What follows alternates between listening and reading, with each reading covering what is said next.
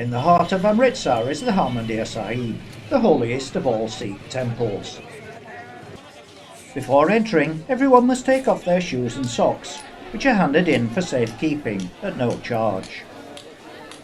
Next, we had to cover our heads.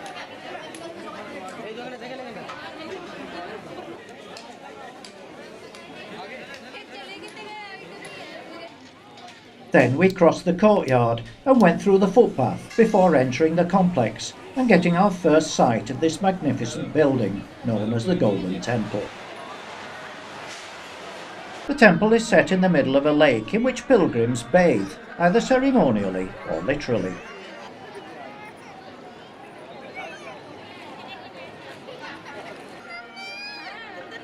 Screened areas are provided for women to take a full dip. There are 4 entrances to symbolise Sikh openness to all peoples and religions.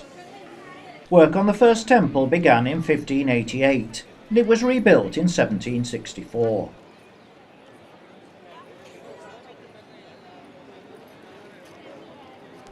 The upper stories were covered in gold in the early 19th century.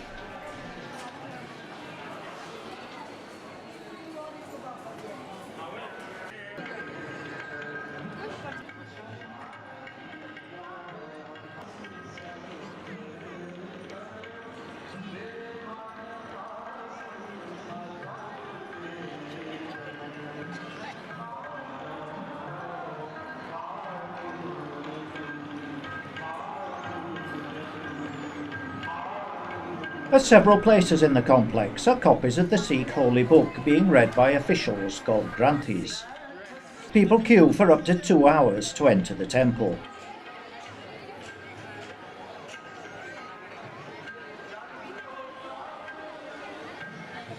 The blue-clad Nihang are an armed Sikh order.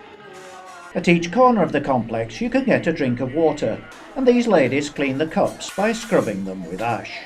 All Sikh temples provide food free to anyone, regardless of faith or background.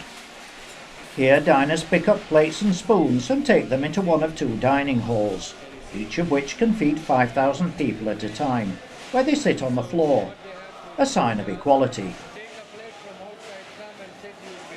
Volunteers then serve lentils, rice, vegetables and bread to 50,000 people on a normal day, rising to 100,000 on holy days. So how on earth did they do this? Well, a vast army of unpaid workers prepare the raw materials. Garlic is peeled and vegetables are chopped before going into enormous cauldrons to cook.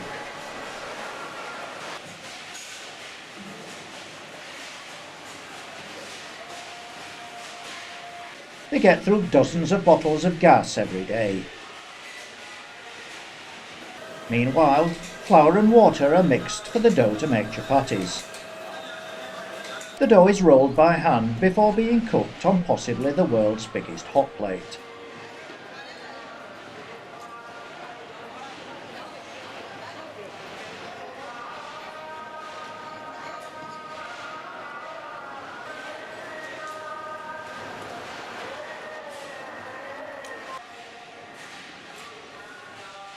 At busy times, an automatic chapati maker is used.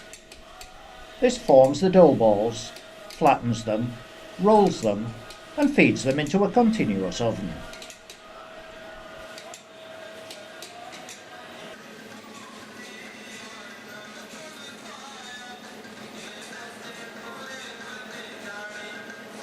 After cooling, they drop into baskets and are spread with ghee.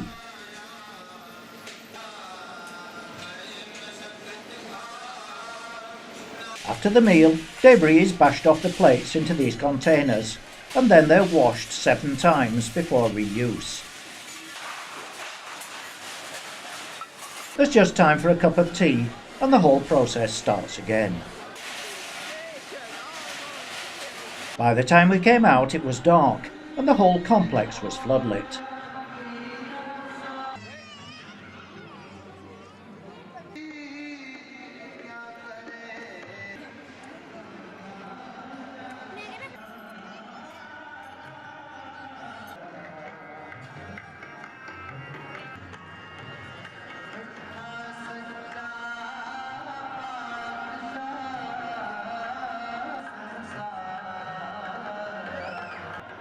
Even now, people were still queuing to get into the temple, the lower half of which is made of white marble inlaid with semi-precious stones.